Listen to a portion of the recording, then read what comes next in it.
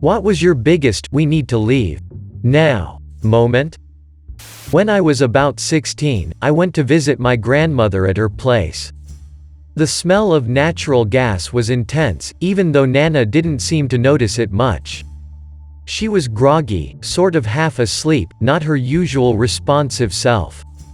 So I made her get out of the house at once and opened the windows and doors. I called Dad and he reported it to the gas company, who sent inspectors right away. They shut off the gas valve in the street immediately and sent a repair crew to fix a leaking joint in the gas supply pipe. The inspector said that if I hadn't acted then and there, the probability was great that there would soon have been an explosion. I've wrote about this before. I was in a mall in Indonesia and two tourists seemed to be having problems communicating with the cashier at a bookstore, so I helped translate. They wanted to buy me drinks to thank me. Told them it's not necessary and I have to get back to my mom soon. They told me to meet them for dinner. Told them I have to have dinner at home. They told me to sneak out and meet them after dinner. At this point, a bookstore staff noticed something was wrong and went up to question them. My sister and I dashed off while they were distracted. Continued wandering around the mall and realized they were following us.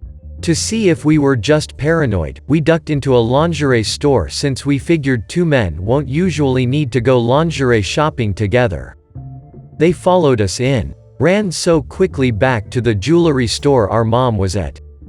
The store had intimidating security guards and I guess that stopped those guys. I was 11, my sister was 10. Probably 2 months after my wedding, I invited my then best friend, maid of honor, to a party my husband and I were going to. She agreed. Sometime into it, I'm drunk and in the pool and my husband swims out to me to tell me she just asked him to sleep with her. I have never sobered up or left somewhere so fast. Woodstock 99. Felt the energy of the grossly overpacked crowd, the building rage, and looked my friends and said we need to go. They stayed, I left.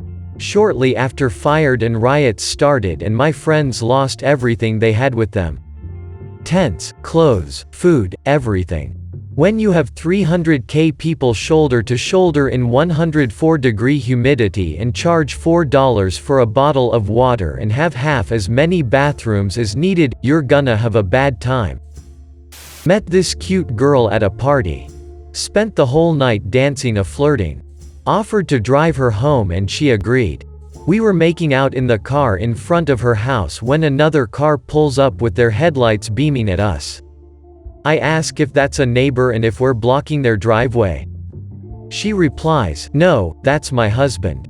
Husband's car door opens and I noped the fuck out of there. Dropped her straight back at the party and never saw her again. Her excuse was that they were separated and he shouldn't have a problem with it. I sure wasn't sticking around to find out. So I was waiting at the train station to pick up a friend of mine. I was early so I decided to stand in the sun right outside of the station.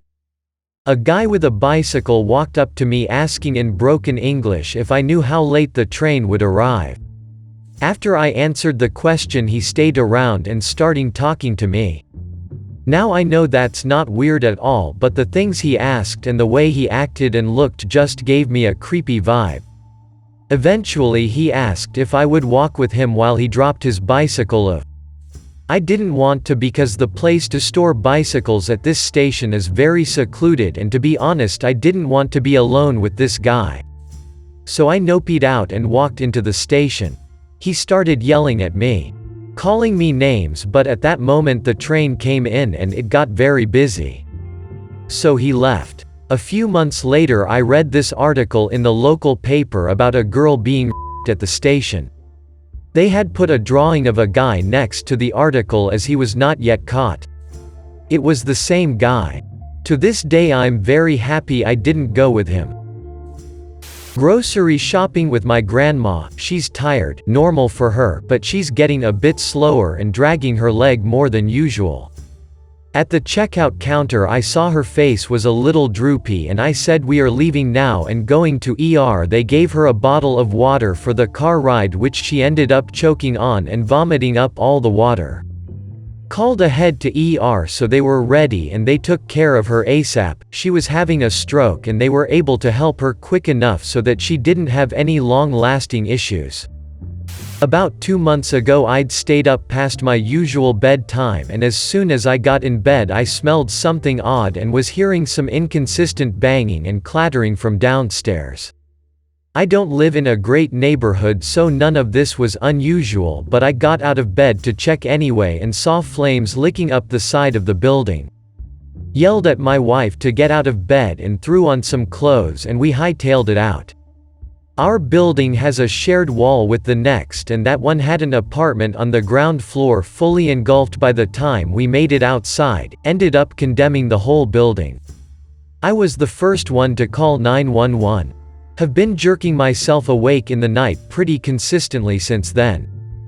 The owner of a Mexican restaurant threw 2 young farm workers at the bar out to the parking lot. They were drunk as monkeys and proceeded to try to fight but mostly just leaned on each other, all in front of the picture window while the place is full of people. Then one runs to his trucks and burns rubber out of there. I said, "Time to go honey." She says, "What? Those assholes aren't done and I'm not going to be here when the shooting starts." We left. It did not long after. I was waiting for an Uber on the outskirts of Atlanta with a couple friends around 10 p.m. We were just shooting the shit after leaving a nearby restaurant and talking about what bar to go to. A disheveled older man walked up a few feet behind one of my friends and struck a weird pose for 2 to 3 minutes while looking in our direction, and there was no one else around. Then he walked off without saying a word. He came back a few minutes later and sat down on the sidewalk about 5 feet away from us. At this point I'm just wondering if he wants something from us, because there was absolutely no other reason to plop down that close to us on an empty sidewalk. Then a small sedan pulls in a nearby parking lot, parking behind some bushes in the spot closest to us and consequently furthest from any of the shops in that lot. I only noticed because I happened to be facing that direction, but then saw 6 guys pile out of the sedan and immediately cross the street directly towards us. I realized there were not any shops or restaurants still open nearby. It suddenly occurred to me that the strange dude might have been sizing us up when he was watching us earlier, and he came back to mark us. We were all dressed nice with smartphones out and watches visible, basically the fanciest stuff we had for a night out. Right as I started to speak up that we should head back towards other people, our Uber pulled up to the curb. As we drove away, I watched those 6 guys talking in a circle where we had just been standing, and then they crossed the street again and got back in their car. I'll never have a definitive answer, but I'm pretty sure we were 10 seconds away from some unfortunate shenanigans. Late afternoon in the summer, I'm waiting in the bus station near my house. Most businesses are closed, not a lot of cars in the street. Guy passes in front of me, he passes again 2 minutes later watching me suspiciously. Alarms start to go in my head screaming to me that I need to leave and get the off here, but I ignore it since the bus will come in 10 minutes. Third time he passes he charges to me, pushing me to the wall with his out. I freeze for some seconds then start punching and kicking him. I manage to get away and the rest is history. Yeah, trust your guts, guys. My friend and I, both females, met up our first time back home from college. It was a surprisingly nice day outside in the middle of winter, so we decided to get lunch and eat outside. We found a park that had no one there and were sitting at a picnic table catching up when I see a scruffy-looking guy in a large work van with no rear windows pull into the parking lot. I didn't pay a whole lot of attention to him at first, but I noticed he was moving around the outside of the van for a bit and he kept looking our way. He finally walked down the sidewalk toward us and passed by our picnic table and walked around the back side of the restroom building to look down the hill on the other side of it. Very obviously casing out the place. He walked back to his van and me and my friend were discussing what we were going to do while I watched him open up the back of the van and start digging around it. He made a call on his cell phone and a few minutes later another male pulled up in a different car. He got out and started talking to the first guy, who not very discreetly pointed our direction. They immediately started walking toward us and my friend and I scooped what was left of lunch and fast walked out of the place while keeping an eye on them. One of the times in my life I could literally feel the hair on the back of my neck standing on end. It could have been nothing, but even now I feel pretty certain that they had something planned and I am glad we left.